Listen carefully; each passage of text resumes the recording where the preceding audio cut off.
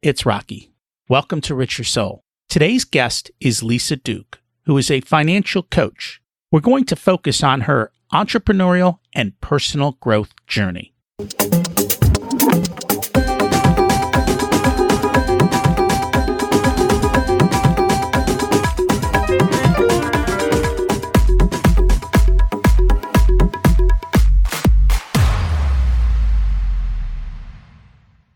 Imagine it's 12 months from now, and you've achieved your major life goals. How does it feel to be in the best shape of your life? To wake up energized, excited about the day? To have great relationships and friends who support you and propel you forward? How does it feel to have an excess of money, to be able to make the choices you want?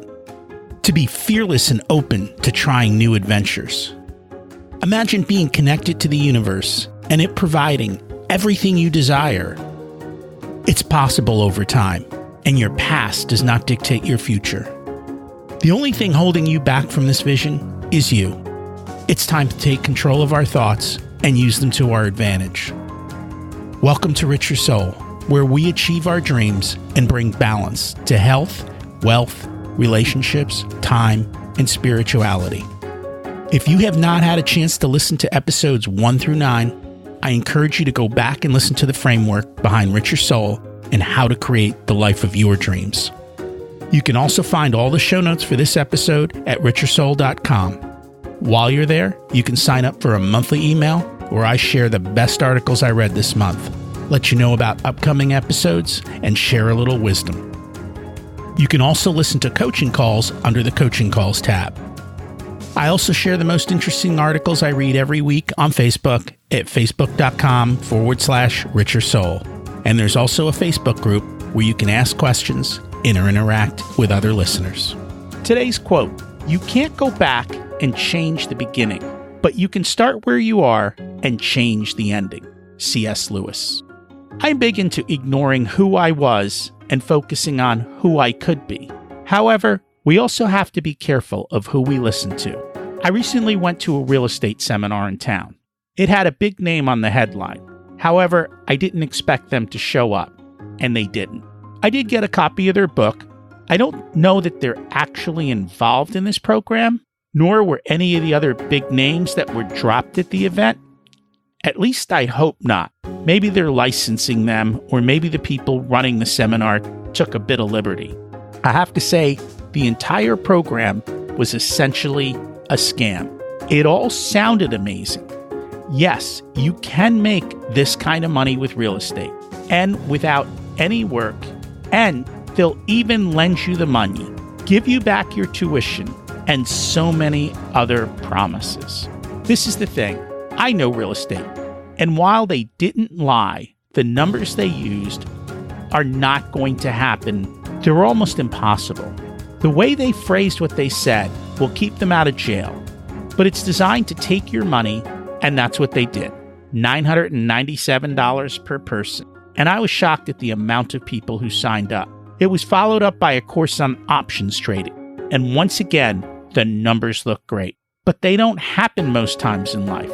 I trade options, understand where the money is, and what they told people is basically where the suckers are losing money.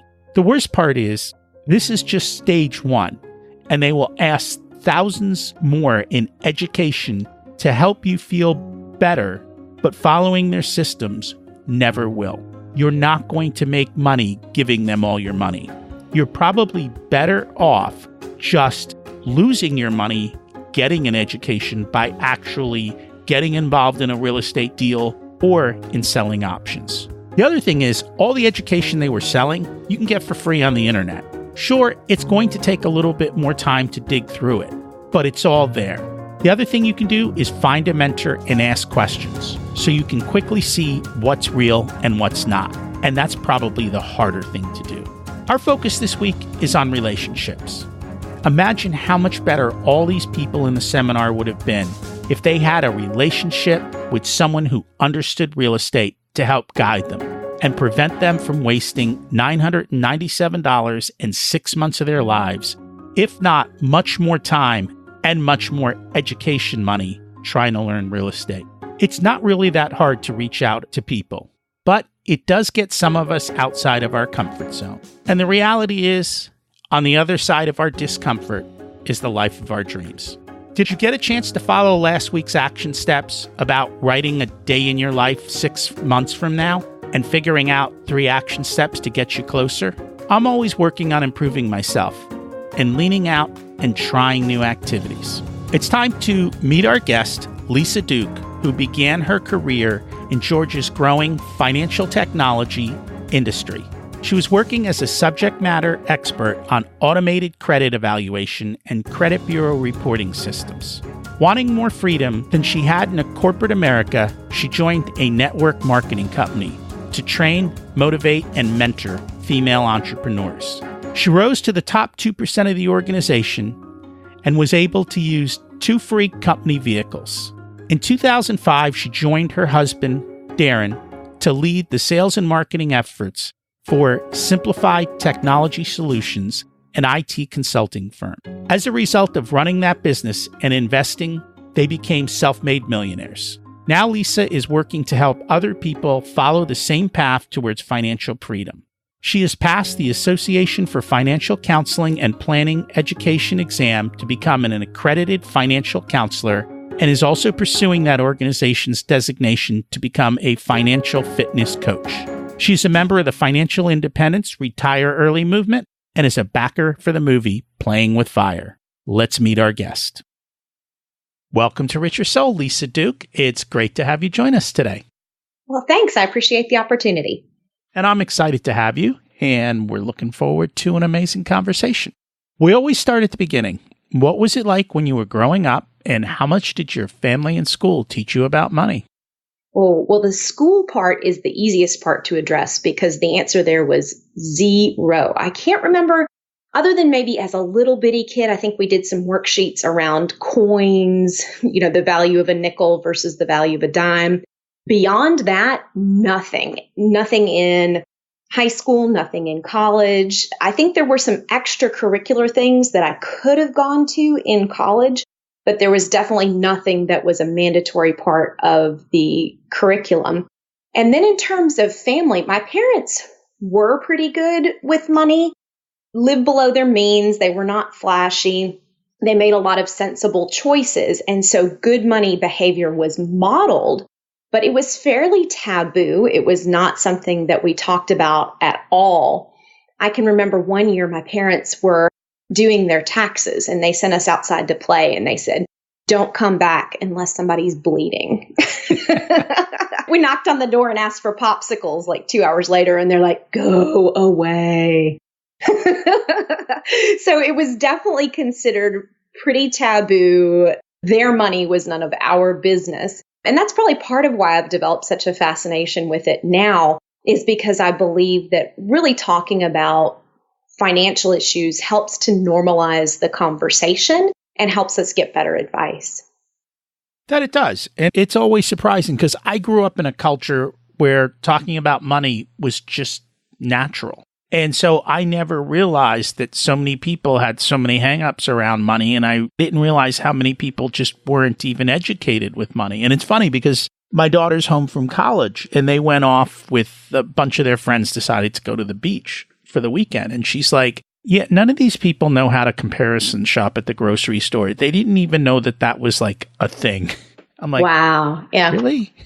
Because if you think about it, these days, how often do the kids even go to the grocery store? It's so much easier to leave them home or send them somewhere else instead of having all the, "I want this," and everyone's running around. So that whole conversation may or may not come down depending on the parents and how much they spend time with their kids. That's interesting. We did go shopping with our parents. And so I did see that kind of behavior modeled. As a matter of fact, I can remember I didn't want to learn how to spell out the numbers because it seemed so much simpler just to write the number 1 instead of O-N-E. And I can remember my mom explaining, well, if you ever want to be able to write checks, you need to know how to spell out the numbers. And I had seen her write checks. I'm now showing my age. But I had seen her write checks, and I thought that seems like something I want to be able to do. So that's how she convinced me to spell out the numbers. So we definitely ran errands with them and, again, saw good behavior modeled. But while the spending was visible, the saving that they were doing was completely invisible. In fact, I don't think I even realized that they were saving while I was growing up until probably January of this year. I finally decided to push the boundaries, ask a couple of questions. Like, I'll just ask a few little questions until I get yelled at. And that's really when I started to understand that they had been saving all of that time. And it's really interesting now because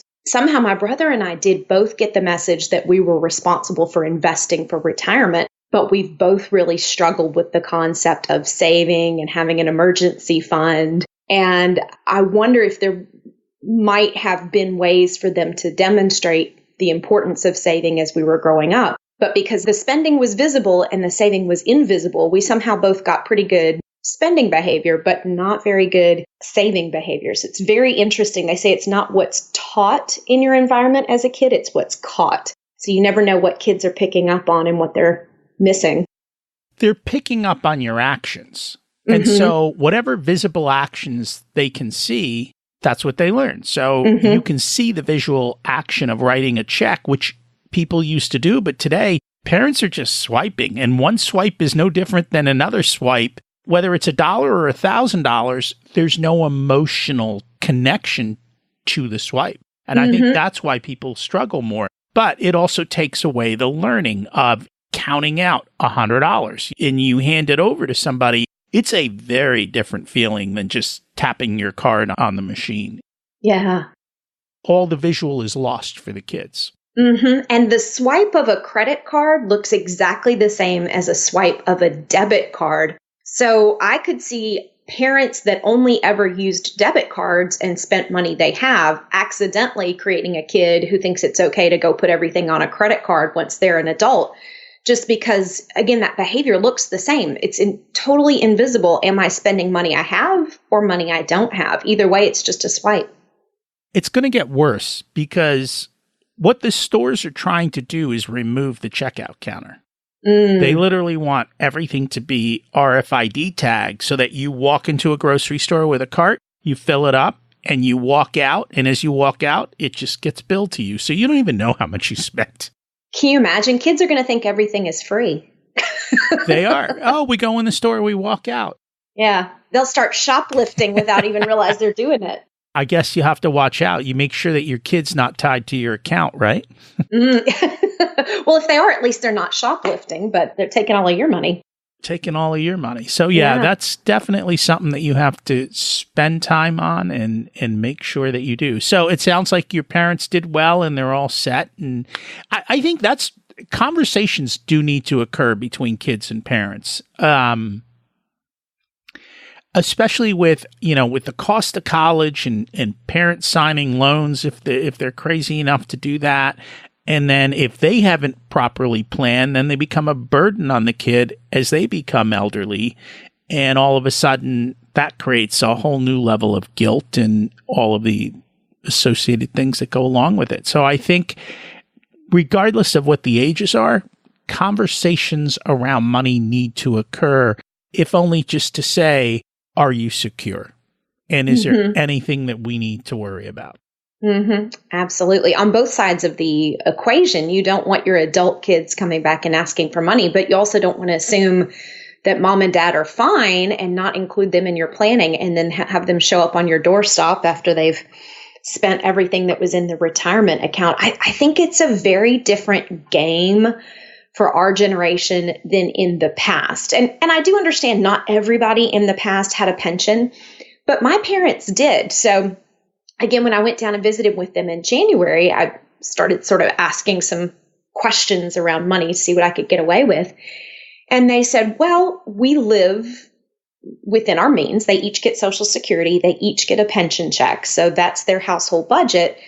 They live within their means. And then anything extra that comes up, they said, we use savings. And I said, oh, okay, great. What percentage do you save? They're like, no.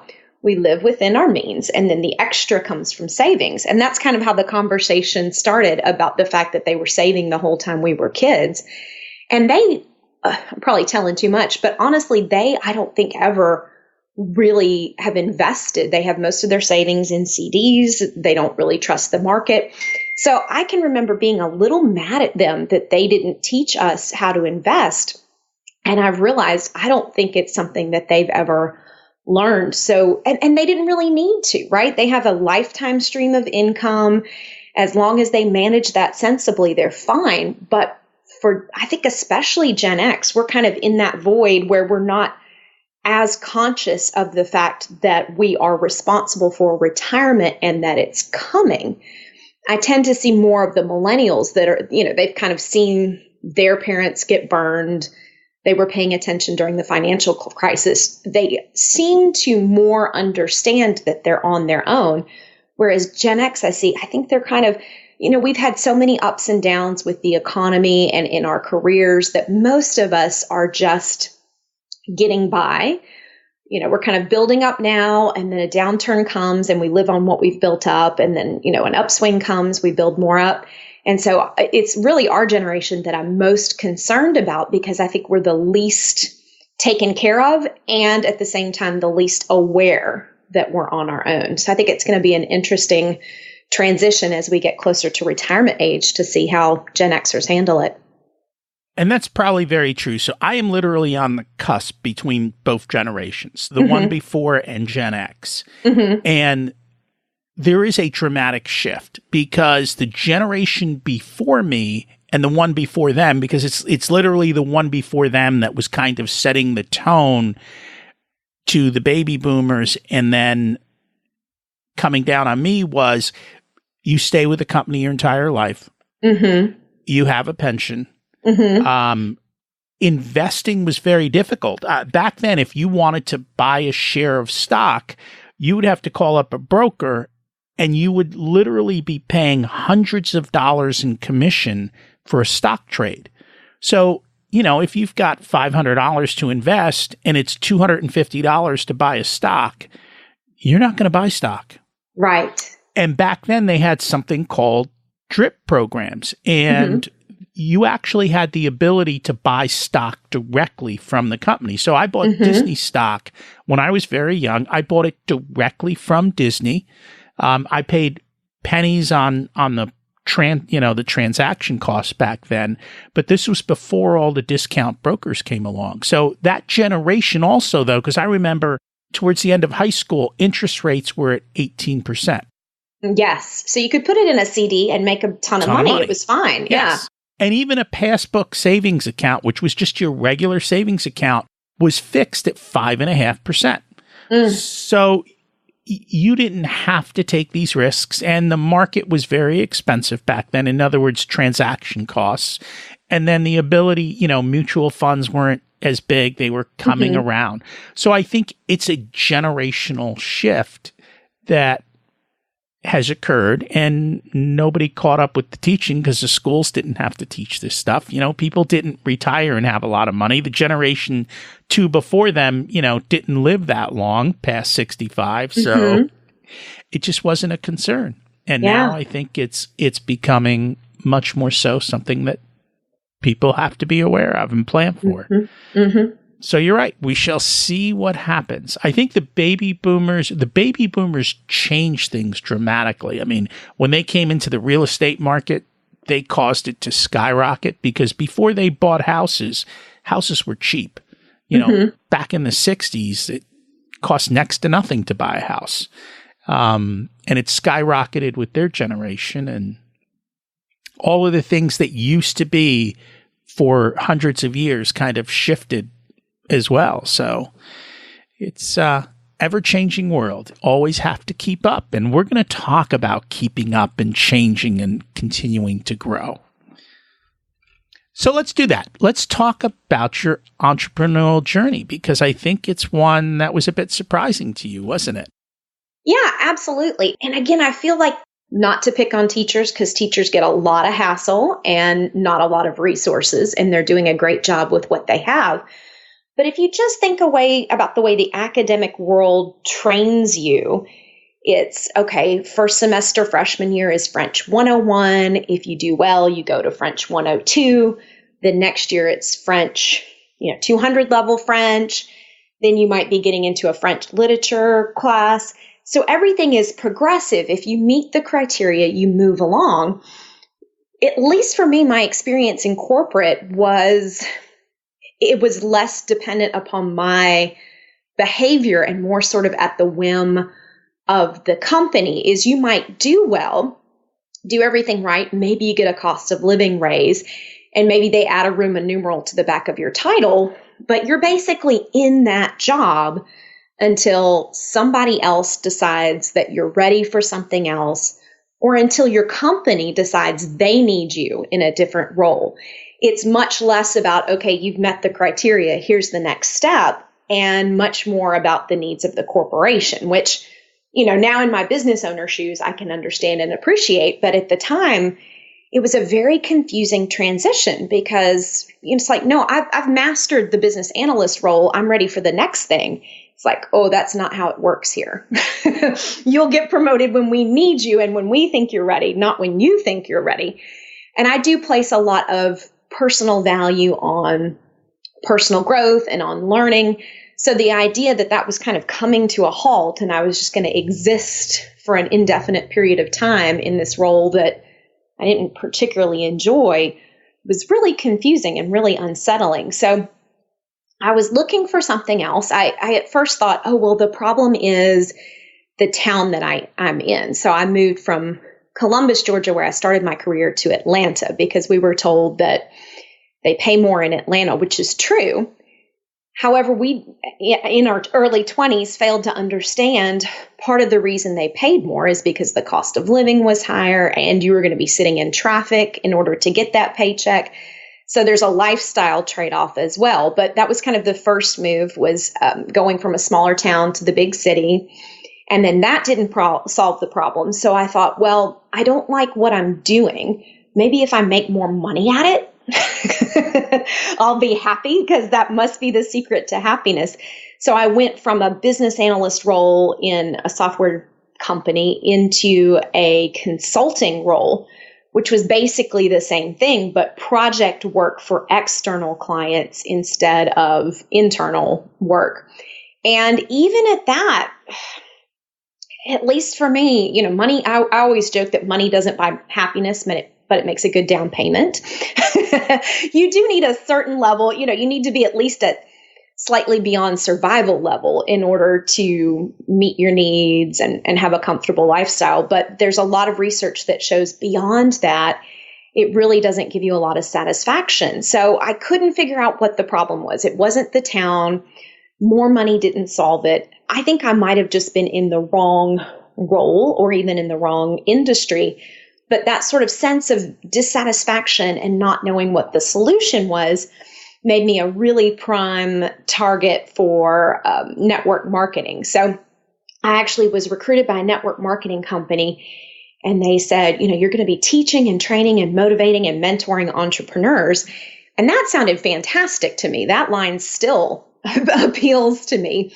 But I didn't quite understand until I'd been in the company for a couple of years how the vision and the day-to-day practices were somewhat different.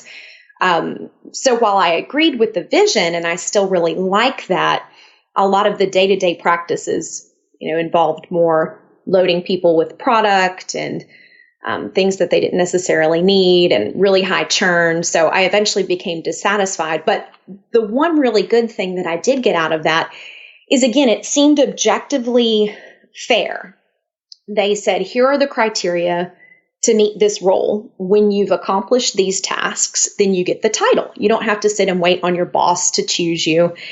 And so that really excited me, the fact that it seemed objective and it seemed fair.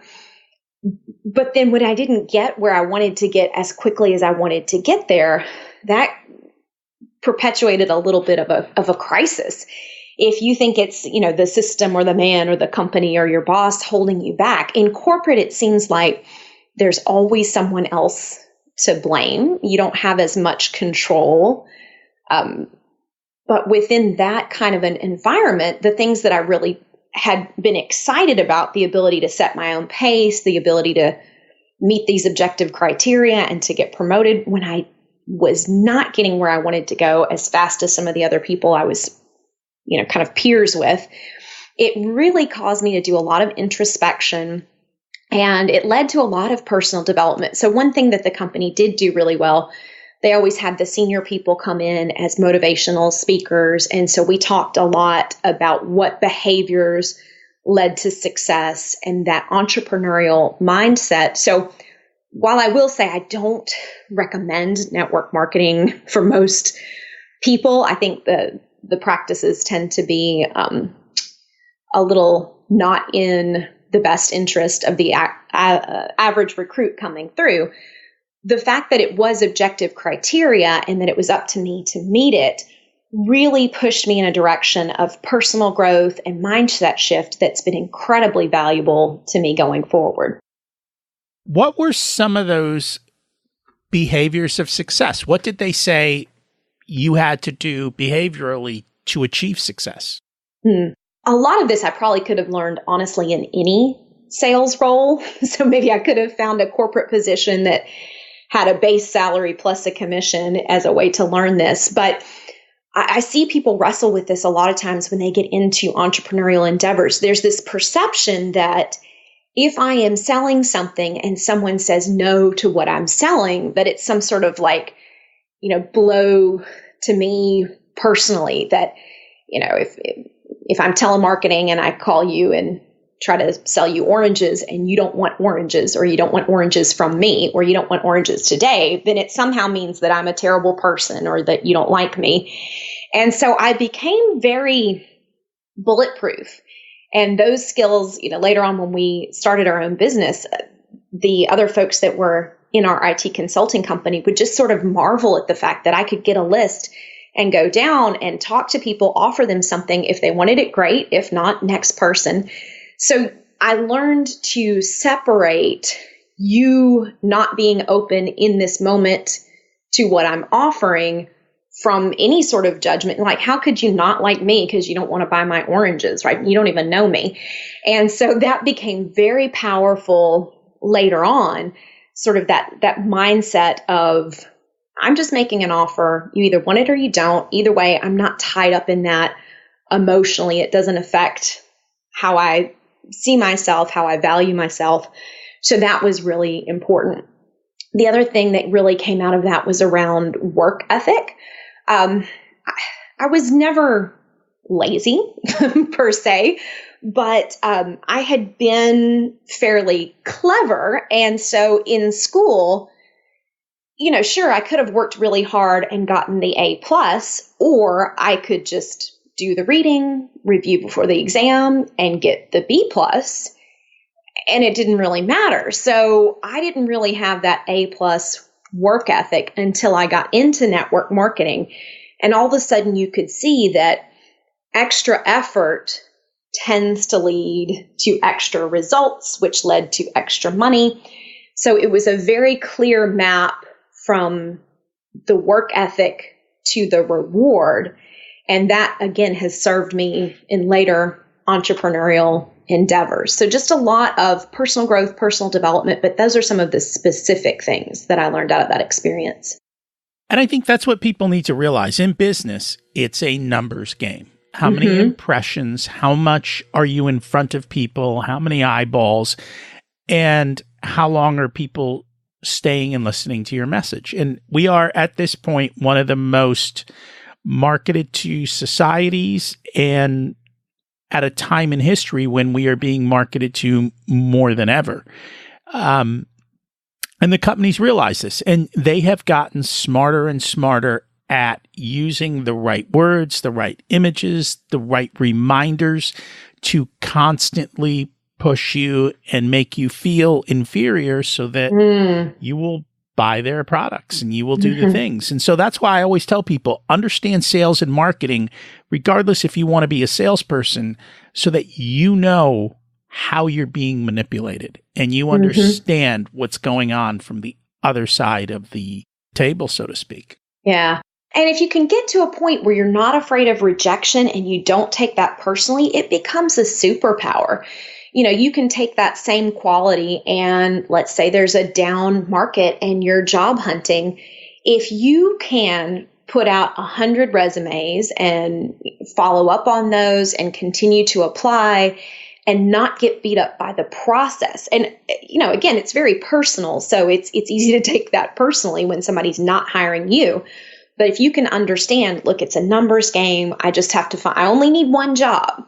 And so just that process of being somewhat immune to the rejection and being able to just pitch over and over and over again, if you can conquer that in life, then it really takes you a long way. And I think that's really true in business too. Even if you start businesses and you're constantly in this entrepreneurial journey, even if your first 20 businesses don't succeed, as long as they haven't, drug you under with massive debt and so forth, and you've done it right, you're literally looking for the one home run, because one home run changes everything. When you look at the VC space where the venture capitalists are going out, and even if you look at some of the biggest, most successful venture capitalists and you look at their track record, it sucks. Mm-hmm. But what caused them to win was they had Facebook, or they had Google, or they had Amazon. They had one winner in their portfolio that literally made the other 99 losers irrelevant. And they know the odds going in, and that's their game. We're looking for the one. And there are very few unicorns out there. And we don't all need to be billionaire trillionaires. If you can hit one nice home run that puts a 7-figure net worth to you, so be it. It's all good. Yeah. And that's more than enough money to pay for most of what you need in life. And then you can buy back your time and do whatever it is you choose to do. Absolutely.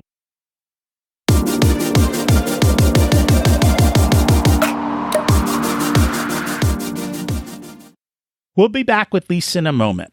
We all need to improve ourselves. And today, it can be overwhelming. If we don't, we may end up like BlackBerry, irrelevant in our business or job. Having the finances to be able to invest and pivot and ride through the storms make it so much easier. That is why profit comes first. You have the ability to make the changes and weather the storms. The real question is, who do you have on your team to help you continually improve, ensure you're profitable, and keep propelling you forward? That's what I do. I help small business owners focus on profit and use it to build the life of their dreams. If you'd like to learn more, reach out and we can schedule a short chat to see if we're a good fit. It's Rocky@richersoul.com. Now, let's get back to our amazing conversation with Lisa.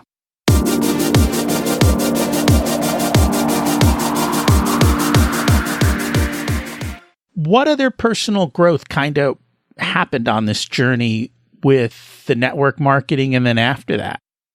Again, the network marketing, I think a lot of it was the sales training and the entrepreneurial mindset that really shifted me from being somebody who kind of showed up and did what was expected fairly well, because I was, kind of naturally clever and naturally wanted to please, to somebody that was a little bit more driven and that had more of a work ethic and more understood there's a tie between my effort and my results.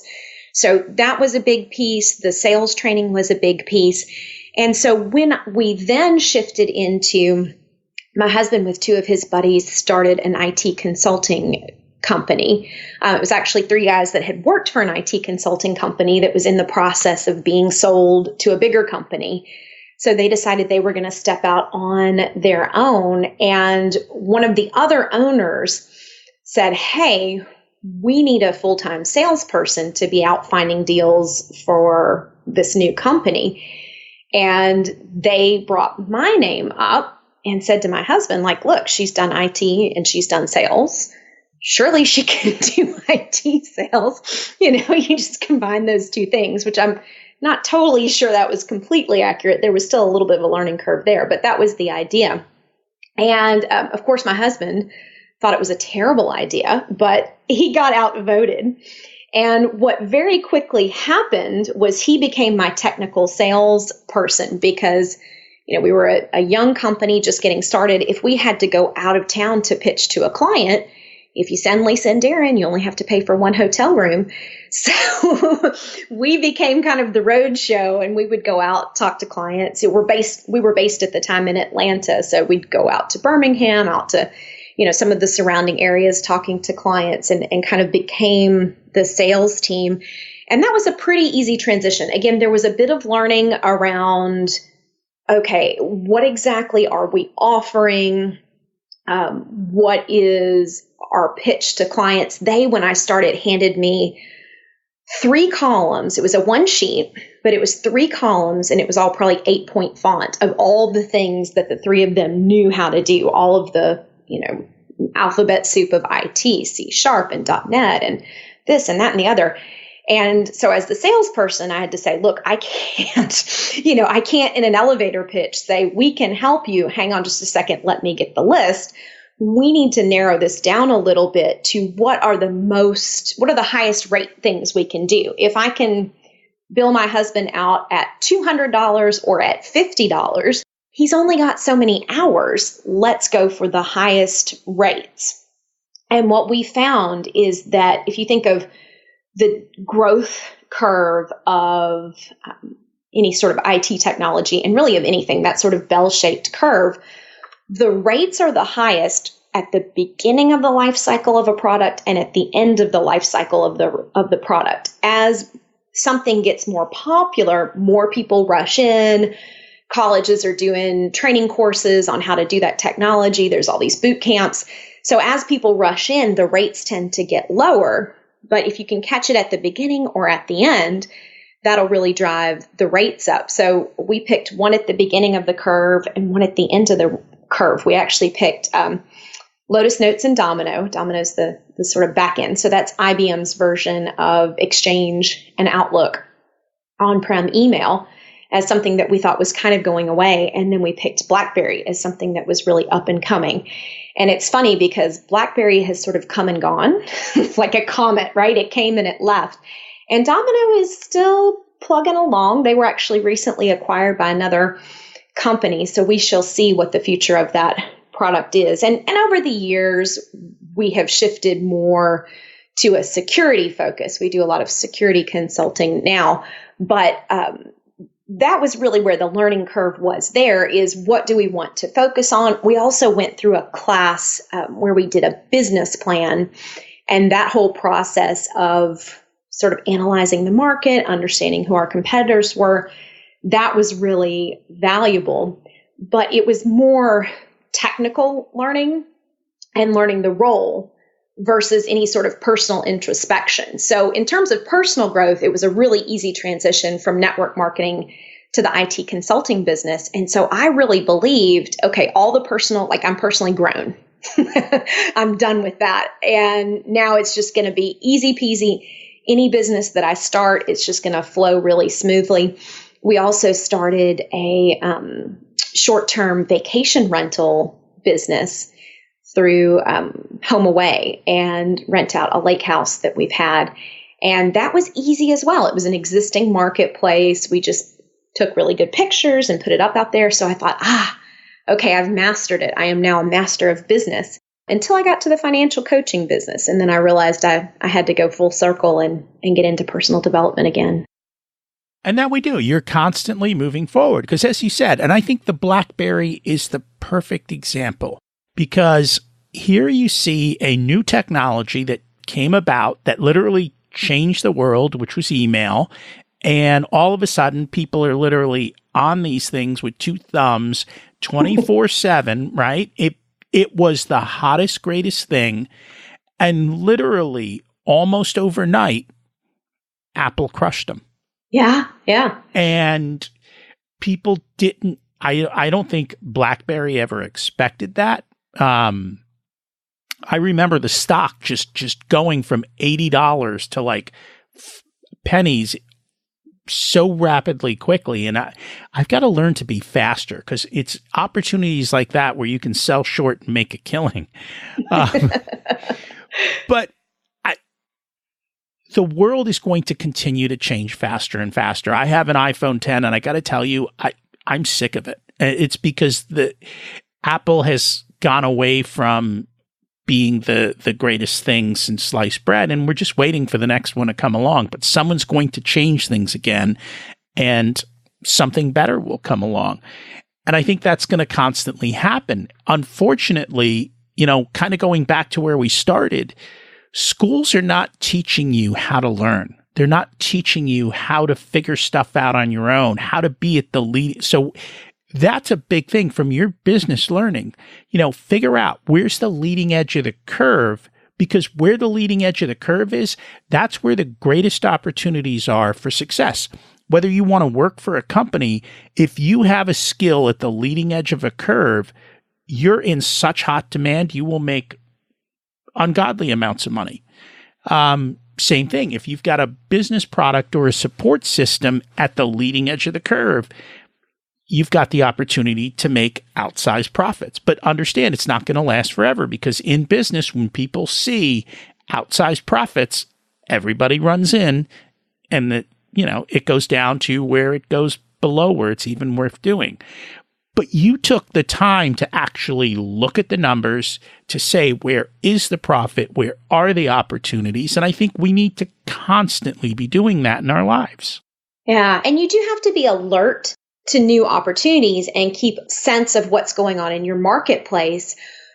The flip side of that is you can't have what we, in the IT consulting company, this is actually one of the co-founders that came up with this analogy or term. He would always call it shiny ball of tinfoil syndrome. Is, okay, I'm the world's foremost leading expert in this thing over here, but ooh, look at that, and ooh, look at that, and ooh, look at that. But I think it's Seth Godin that talks about the 10,000 hours to become, Malcolm Gladwell talks about the 10,000 hours to become an expert. And this was something we debated quite hotly with folks at IBM for years and years and years. They were always trying to push us into the next hot thing as defined by them. So they would acquire a company and they wanted us to stop what we were doing profitably and go spend 10,000 hours learning this next new thing. And we had to really be discerning and say, look, we can't chase everything, especially as a small firm. You want to be aware of the market, alert to opportunities, but you can't get that shiny ball of tinfoil syndrome where you're always chasing the next hot thing, because then you never become an expert in anything. So I would always try to explain to our partner reps at IBM that, look, this may be a good technology. I'm happy for you that you acquired it. But just because you acquired something, that doesn't mean that I'm going to invest 10,000 billable hours for my technical people in them becoming the world's foremost leading experts on it. So it's this weird balancing act of being aware of the market, open to opportunities, but also sticking to your knitting and knowing what you're the world's leading expert in, and not being afraid to go deep into that niche. And that's always the balance we've tried to ride in IT. Again, we have the BlackBerry and the Domino. BlackBerry is gone, so now it's Domino and security.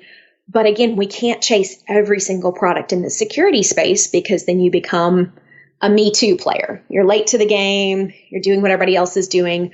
But we try to identify really niche products or niche areas of expertise where we can come in and provide a unique solution. That's been how we've approached that space. That's a wise choice, is you don't hop on every new thing, because in the beginning there is a lot of pumping going on. People are really pushing something, trying to get it to take traction. But until it actually takes traction, it doesn't make sense to invest the time. And one of the best ways to get the time is to wait till somebody's willing to pay you to learn it versus learning it before you're getting paid. Yeah, that makes a lot of sense. And I think being aware of the larger macro trends in the IT space, you get a lot of people that are doing a lot of deep technical level work. And while that is extremely important, you also have to have this eye towards the larger trends that are going to impact you.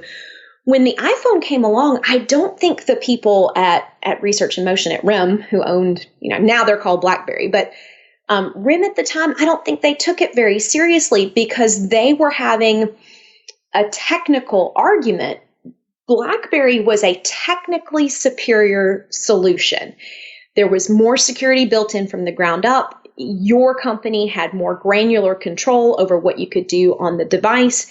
And so this thing comes in and they were having a security argument against the iPhone saying it's not secure, you don't have any control. And IT was 100% in the BlackBerry camp almost everywhere we went because they had control, they could provide security. BlackBerry owned that end-to-end solution, the device, the software, the server in the background. But it didn't matter because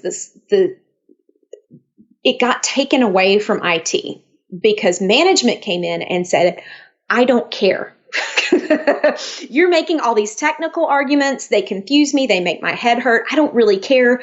I've never had a problem with security because my BlackBerry is secure, but they didn't really see the argument. They're like, yeah, I don't care. The CEO got an iPhone for Christmas, so now we support iPhones.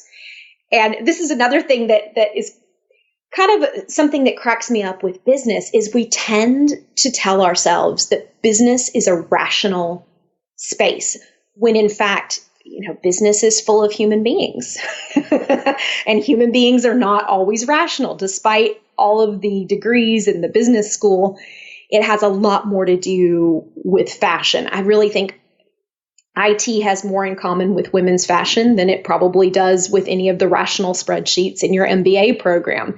It's what's in style. So management will make an argument to justify what they want to do. And at a certain point, IT has to realize, hey, we work for the executives. We've said our piece. If we have not been able to explain it in a way that they can understand, or if they understood and they don't care, it's now over. And so we have to get on board with the new direction. So, kind of having an understanding of there's what's rationally, logically true, and then there's what we're all going to do, and that those are two different things. That's really helped us, again, as well, to see what the trends are and to be aware of how sometimes logic is not what's driving behavior. It's sometimes being used to justify behavior. Logic very rarely drives behavior. Mm-hmm. When it does, it's because Mr. Spock is in charge. Right. If Mr. Spock's not in charge, we are all humans and we are very emotional and we don't follow logical paths. Mm-hmm. And I think people just need to understand that and be aware of that. And a lot of times, and I think in a lot of cases in life, a lot of things are outside of our control. And as you started with at the beginning with the multi-level marketing, you can't take these things personally. Mm-hmm. And I think the perfect example, Dilbert has made an entire industry out of making fun of tech and making fun of management and what goes on in reality in the world. And I think people just need to understand that. And I think that's probably why so many people at work are stuck in that rat race and they don't have the courage to challenge. Mm-hmm. And especially if you don't have the freedom, which is basically, the pile of money to say, I'm not doing this anymore, I'm leaving, then you're stuck. So creating that financial plan to be able to walk away. And even for business, if you're a business, having the financial wherewithal and the profit and the reserves to say no to directions that you don't want to go just because your customer wants something doesn't mean that you necessarily have to do it. And that means you need to be financially secure to be able to do that. So all of these things kind of tie back to money and profit. Yeah, I completely agree. And I, for the longest time, had a little bit of a windfall mentality. When I was in the network marketing company, they actively told us, they said, okay, you're going to get to this top level of the company. And when you get ready to retire, the company will buy back your business and you'll get this $1 million buyout and then you'll never have to worry. So it was never said, but what was implied was you don't need to worry about saving along the way because you're going to get to the top level of the company. You're going to get this huge windfall and you'll be fine. So I was pretty good about saving when I was in corporate, mainly because I was so miserable. And that, I wasn't sure I was going to make it to retirement age, but that was the only way out that I could think of. So I was pretty good about saving there. But for those 3 years when I was in network marketing, it was really nothing. Now, partly that was because I wasn't making anything, even though I earned the use of 2 free, and I put that in air quotes, 2 quote unquote free vehicles, company vehicles. I looked really successful on paper, but I really wasn't making very much money. And everything that did come in was getting reinvested in conferences and training and looking the part. And there just wasn't anything left over to save. But I thought, oh, it's fine because I'm going to get this buyout. Well, then when I had sort of this crisis of conscience and felt like, yes, everybody has the equal opportunity to become successful, but not everyone is bringing the same personality, the same sort of internal characteristics to this opportunity. And therefore, I don't believe everybody does have an equal opportunity to be successful. Then it started to feel hypocritical. And that was when I had to leave. I've gotten excited by some of these multi-level marketing things throughout my life. And we've had a couple of people on the show who are in that business in the past. And when you actually look at the numbers, and now by law, they're required to actually show you the numbers. And what I mean by that is they will show you percentage-wise at each level how much money everybody makes. Mm-hmm. And to get to the point where you're actually making money, you are at a fraction of a percent, less than, it's almost like 0.1% or 0.100% or 0.1000% of the people who are actually in the business make money. And the majority of those that did were usually the founders or the people who got it, who were in at the ground floor creating the opportunity. I don't know of people who've joined an opportunity who haven't already had, their 10,000 hours of doing network marketing and their entire team coming with them of all their downlines. To be able to start that and build it, it's very difficult. And on top of that, they all tell you you're an entrepreneur and a business owner. You're not. You don't own anything, because right. Mm-hmm. You can't sell it. It's not yours. You're essentially, as we kind of talked about, you're a salesperson and you're on direct commission, and they hook you up with lots of fees so that you kind of keep in the system. So all your money is being paid back to them and funneled to the top. So be careful. It's a great learning experience. Maybe there's some that are out there that are great. I tend to stay away from them. Yeah. Yeah. So let's kind of talk. Going back to this whole journey, and I think we chatted about it before the call, is when you remove all the obstacles in your life, you kind of come to the conclusion that you're the problem. Mm-hmm. How did that go over for you? Not too well. There was some crying. As a matter of fact, I was at a seminar a couple of weeks ago. There was a lady there who was a money coach, and somebody said, "Oh, I'm in my first year of business." And she says, "Oh, you're in the midst of what we call the crying years." Because when you realize, wow, it's nobody's fault but mine, and it's still not going the way I want it to, you kind of have 2 options. One is you blame yourself and you get really down on yourself and you get really depressed and you give up and quit. And that's certainly a viable option. But the other option is to say, well, if it's nobody's fault but mine, the bad news is it's my fault. The good news is I might be able to control this. And so when you get into it and you take control and you think, okay, what books can I read? What conferences can I go to? What training can I sign up for? What can I change in my day-to-day habits and practices that are really going to move the needle? And while I just said training and conferences and all of that are extremely important, you also can't get lost in that to the point where you neglect the activities that are actually being profitable. I have a tendency to do that, and I have seen other people do it where you actually hide in training from the unpleasant parts of your job. So if you've got a little bit of a sales aversion, a little bit of a call reluctance, then you think, oh, I just need more training. I just need somebody to tell me what to say when I get on the phone. A lot of times, if you can identify what those activities are that will lead you to revenue, and you just kind of suck it up and do them, sometimes the best way to get better is just by doing it. And what starts off as something that makes you really uncomfortable and really nervous, by the time you get, if you give yourself a list of 100 people to call, the first 2 or 3, you might feel like you're going to puke. But by the end of the list of 100, you feel nothing. You're like, oh, okay, I'm just letting you know what I'm doing. Maybe you're interested. Maybe you're not. Maybe it's appropriate for you right now. Maybe it's not. But that repetition is what really builds the skills and helps you get past the point of being nervous about it. And I think a lot of people are always looking for education. And the number one education that's available to you that's free is called taking action. Just do it.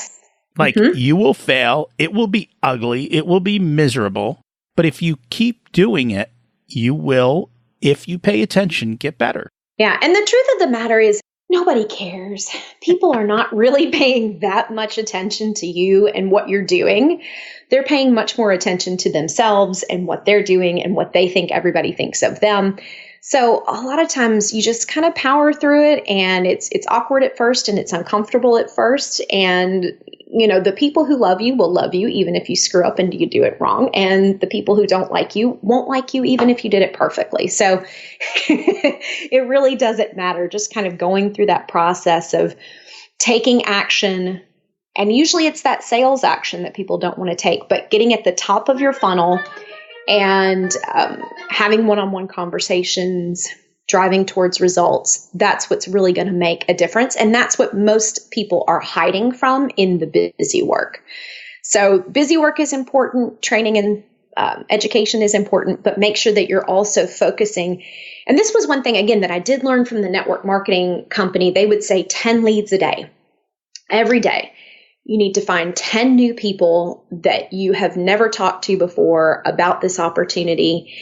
And if you do that consistently, it very quickly becomes this overwhelming pile of people you have to follow up with. But that same concept of find a small metric, daily action, and just repeat, you get the snowball going in your favor. And all of a sudden you have more activity than you know what to do with. And that's very true. It is a numbers game, and it's just constantly doing the numbers. And I think, so sales also gets a bad rap. I think when people think of sales, they think of the used car salesperson. And I think the biggest problem in sales is that most people are focused on the wrong person. They're focused on themselves. A truly good salesperson is not focused on themselves. They are focused on the person who they are selling to, what their needs and desires are, and how can I help them achieve those goals? And that's where the focus needs to be. And a lot of times, the appropriate answer is, I can't help you, but I know someone who might be able to. Take a look at this, go over there and do that. And that's actually the best thing you can do for them, because they will appreciate you more for helping them solve their problem. And when they have a problem that you can solve, they'll think of you and come back to you. Yeah. And it's incredibly powerful, believe it or not, to tell a client no, obviously in a kind way. But if you are trying to claim that you're the world's foremost leading expert on thing X, then you can't pretend that you know everything about everything. And if you're honest with a client and you say, wow, actually, I don't know very much about that. Here's what I do know. However, here are the people that I have heard good things about, I'm familiar with.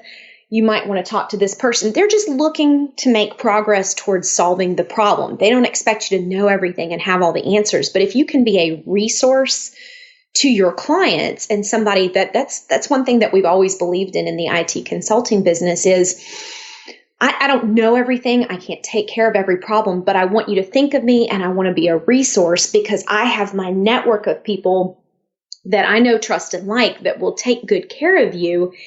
And I don't want you out there, on Google in the wild, wild west being taken advantage of because, again, especially in IT consulting, there are so many companies that no matter what needs you come to them with, they say, yeah, we can do that.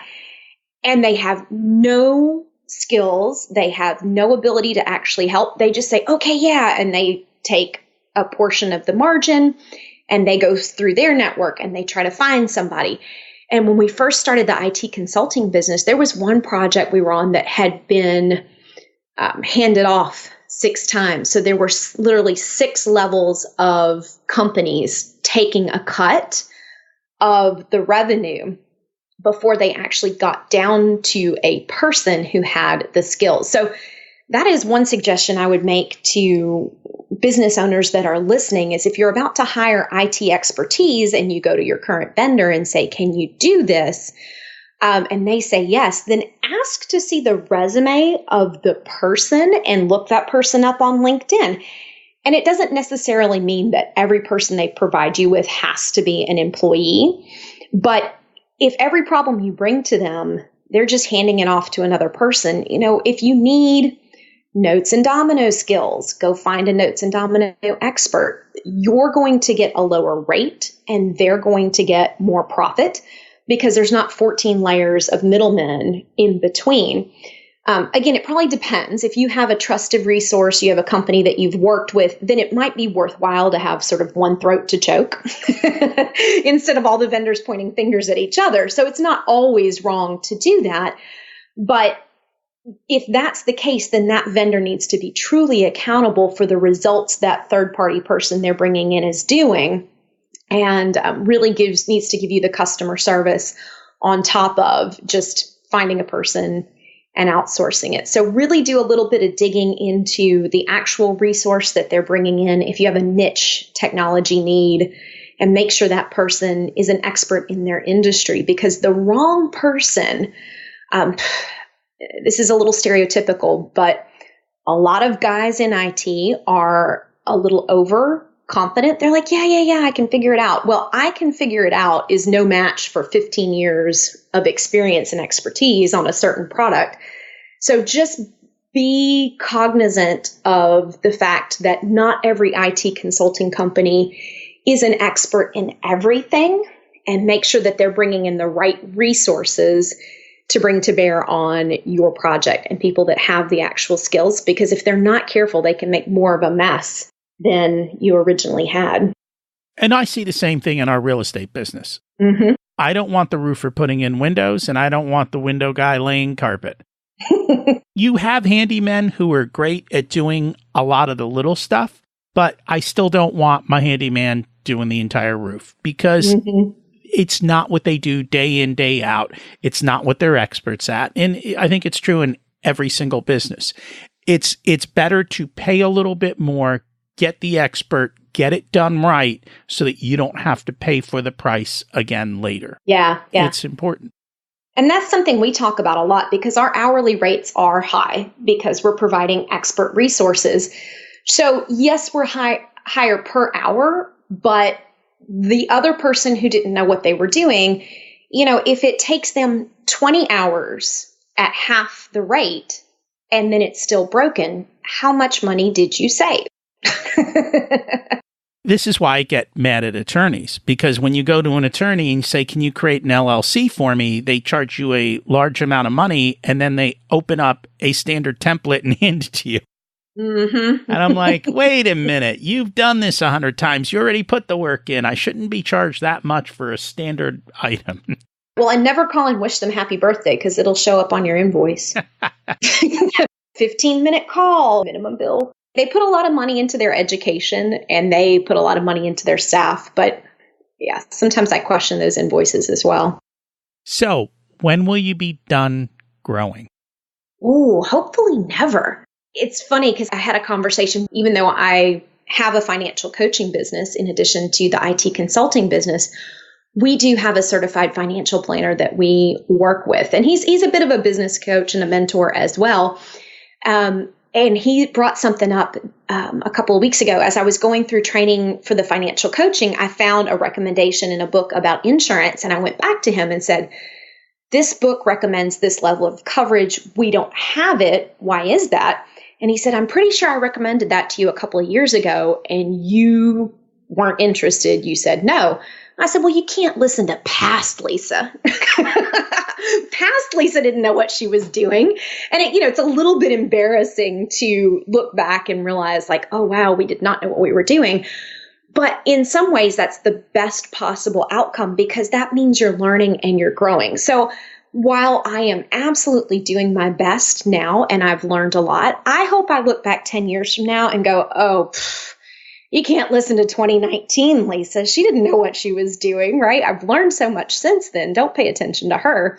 So I put, again, just my personality, I place a lot of value on personal growth, personal development. And I believe that's really what we're here for. We're here not exclusively, but it's more about who you're becoming than what you're doing. And the mindset is what drives the behavior. So if I can help someone think like an entrepreneur, then as they go on and make decisions, they're going to get a better outcome. The mindset drives the behavior, drives the results. If we can affect the mindset, then everything else will, kind of magically be fixed and improved. Whereas if you just focus on the results, then you never really get to the core of the matter. So I hope I'm 70 years old and gray haired and financially independent, and I'm still puttering around with some sort of entrepreneurial activity just to keep myself engaged and learning. I don't think you're ever done. And that's very true. If you're smart, you're financially independent much earlier, then you still need something to do all day. Right? Exactly. I got into this a little bit with my brother.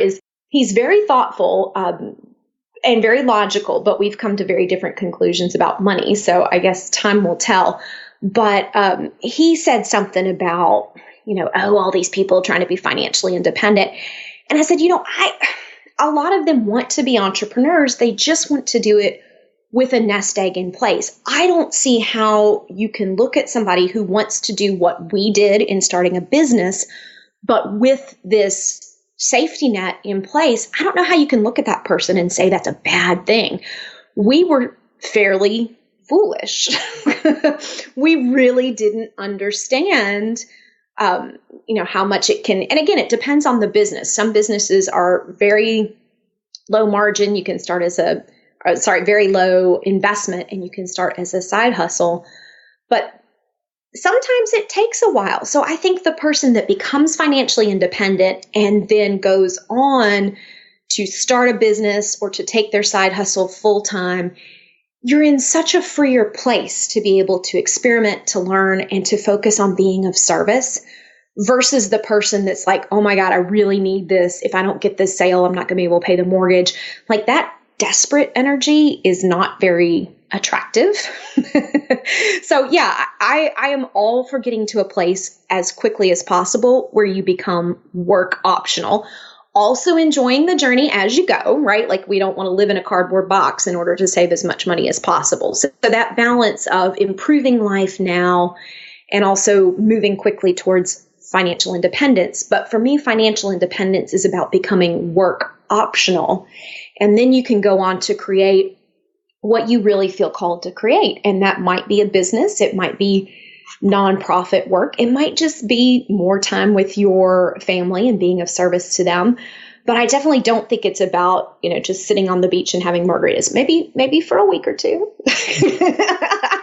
There's nothing wrong with that for a week or two. But I talk to a lot of early retirees who say, after a month or so, even vacation gets a little stale and routine. And to have something that you're building and you're working toward that brings meaning to your life and is of service to others is really what creates that lasting impact on the world that most of us, I think, truly are looking to achieve. And if you can take your eyes off the day-to-day survival, then you get more into that life of abundance and prosperity and service.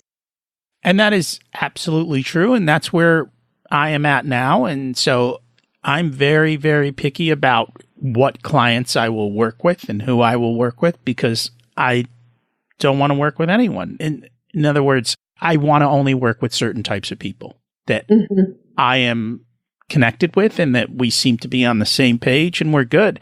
And for them, it's awesome. For everyone else, I'm out. Yeah. And we've noticed that because we have taken long vacations in the past, and we have learned as a family, day 17, right about there, we're ready to go home. And so we no longer, nowadays we take 2-week vacations unless it's international, and then we go 2.5 because we add the travel days in.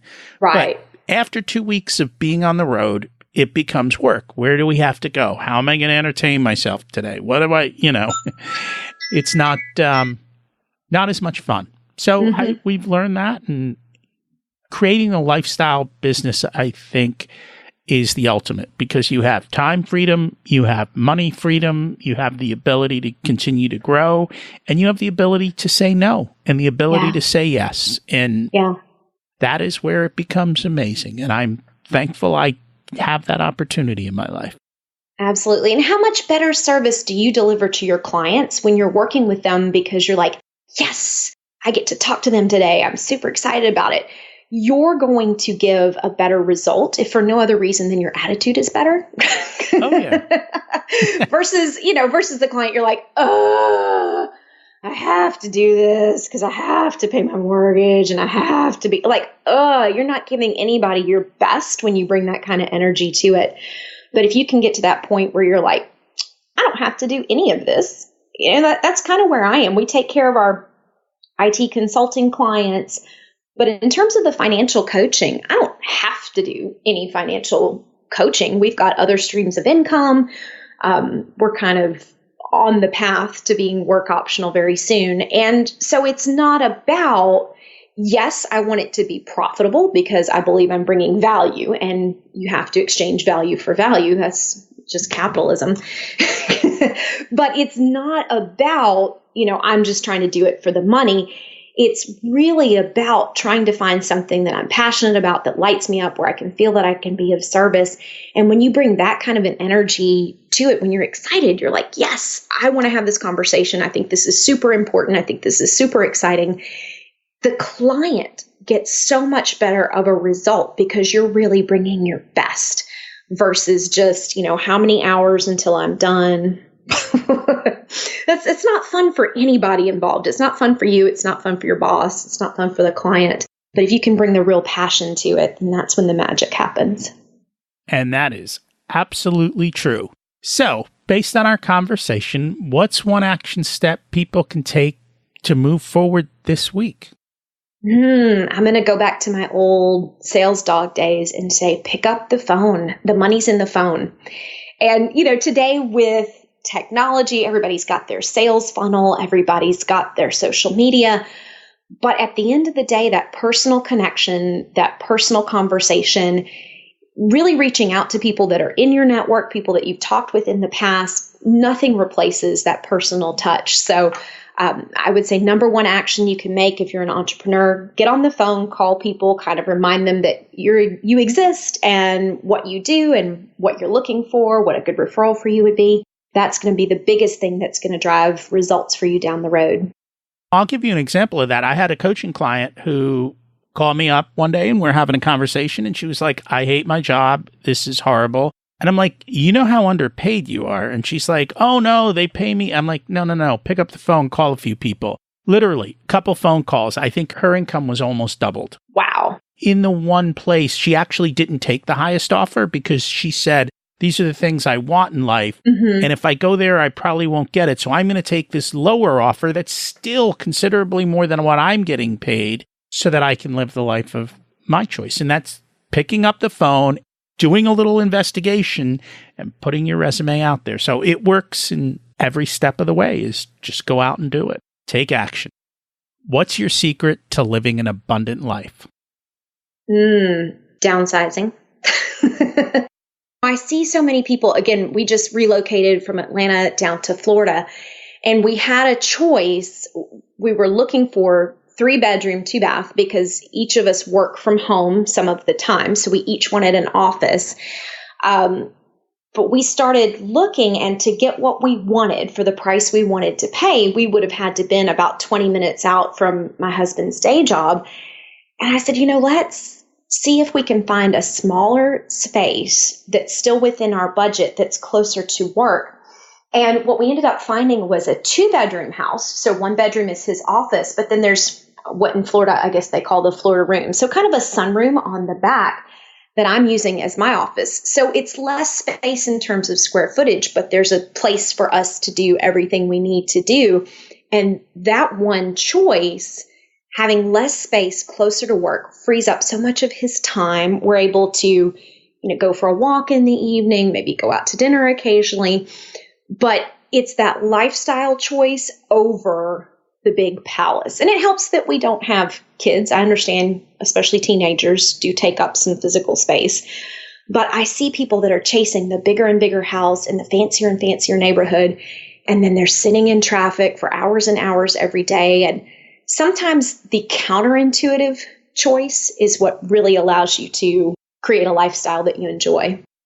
And I spent a good chunk of my life chasing the bigger and bigger house. And at some point we actually stopped, and then we actually decluttered. And I will tell you, abundance is in less, not in more. Yes. Yeah. Isn't that weird? That house takes a tremendous amount of upkeep and work. Because we flip houses too. So when I go into a flip house, if it's a small house, I'm like, oh, our costs are so little. It costs next to nothing to do anything. But when you go into a larger house, everything doubles. And people don't realize that. The more space you have, the more stuff you think you need. I don't know what it is about the human mind, but if you have more kitchen cabinets, you will have more dishes. It's like challenge accepted. Some part of your brain is like, there's an empty cabinet here. That's unacceptable. I need to fill it up with something. And then it drives more spending because you have to buy the stuff to fill up the space. You have to buy the furniture for the extra living room that you didn't have before. So sometimes and it seems so counterintuitive, but by having less and declaring that it's enough, all of a sudden you can have more than enough. But if you never say this is enough, then you can never have more than enough. And that is very true.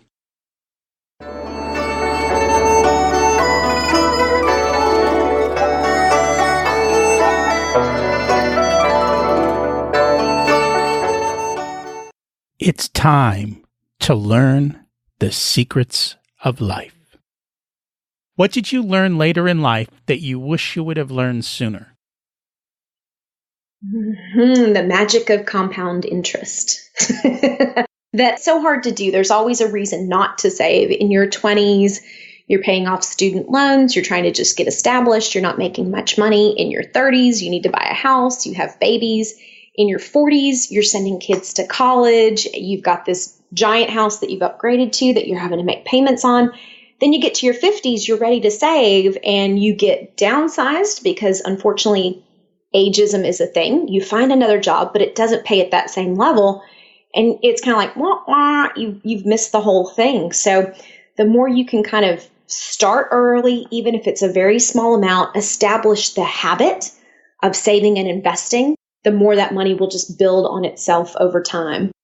And I think this is extremely important for entrepreneurs, is to right from dollar one, start pulling profits out of your business and put them somewhere else. You can still grow your business. You can still invest in your business, but you need to take small chunks out and put them somewhere else, because one day you might end up like BlackBerry and there'll be nothing left to sell and the business will have no value and you will have nothing to show for all your hard work. So just as people who work and have a 401k, business owners need to make sure that they're removing money from their business and segregating it. I completely agree. And it's hard to do because you always want to reinvest in your business. But again, you don't want to have something happen. You look back and you think, gosh, I had millions of dollars flow through my hands and I have nothing to show for it. You can't wait on that windfall. I saw a lot of people in Atlanta running IT consulting companies that got the buyout. And I thought that was our path. And honestly, the only reason that we were able to save as much as we did is we had that certified financial planner who was pushing us. And the logic he used was, if you don't put some of this into your SEP IRA or your 401k, then the tax man's just going to take a biggest chunk of it. And don't you want to reduce your taxes? And it's like, oh, okay, I do hate paying taxes. That's the only logic he was able to use on us to get us to save. And it's just that little consistent bit of saving along the way that has somehow led to us being self-made millionaires. But it kind of defies logic. I really didn't even think that was possible. I was just using it to reduce the tax burden. Now, all of a sudden, that's the nest egg. So it's crazy how that happens. It is. It's just changing the lens that you look at the situation through. What one piece of advice would you give to your younger self? I think really just not to be so hard on myself. Is up until you really become an adult and you graduate from school, there's this prescribed path of, here's what you need to do. Here's the next step. This is how you are successful. And then when you get to being an adult, it's sort of like no holds barred, anything goes. There's not as much of a prescribed path. And the path that we do think is there is not for everyone. I think just looking back, just try to enjoy the journey and be relaxed. And yes, you have to work hard, but trying to work hard from a place of peace and calm instead of from this frenzied panic state. You're going to get there either way, but you're going to be a lot happier if you can be a little calmer and a little more relaxed as you go down the journey. Absolutely. Time is an important variable and you can never get it back. So make the most of it. Mm-hmm. If people would like to find you and connect, what's the best way for them to do that? My website is at lisaduke.net, and that's just lisaduke.net. I don't have the .com, but the .net. And then I'm also on Facebook, a little bit on Instagram. You can also email me. That's lisa@lisaduke.net. And I'm certainly happy to talk to anybody that has any personal finance questions or is looking for coaching around that area. I love having those kind of conversations. Awesome. And I will put those in the show notes to make it easy for people to find them. Thank you so much for joining us today. All right. Thank you. There are some great themes in today's show. 1, constantly improve yourself. 2, the best way to do so is to take action and screw up. Because the reality is, no one cares if you fail. They're too busy in their own lives to worry about you. As Lisa said, pick up the phone and reach out to people. Whether it's you want to learn about real estate, keeping yourself relevant in the job market, or selling your product for your business. Making those connections and building relationships is the key. And don't forget to always set aside profit in your life. That's the fuel that allows you to lead the life of your dreams. If you're still listening, you must have liked this episode. So please share it with a few friends. It can start a great conversation. Plus, I'd appreciate that. You can also connect with me on Facebook. There's both a Facebook page and a Facebook group for Richer Soul. Hey, what's preventing you from moving forward? And who are you putting on your team to help build the life you deserve? Taking no action creates a far worse outcome in life than trying something and failing. Let's get started on creating profit and building your dreams. You can email me and we can start with a short chat to see if we're a good fit. For many people, one session allows them to take a giant leap forward towards their dreams. You can reach me at rocky@richersoul.com. I'd love to hear how you're doing and how the information I've shared has helped you. Thanks for listening. Have an abundant week.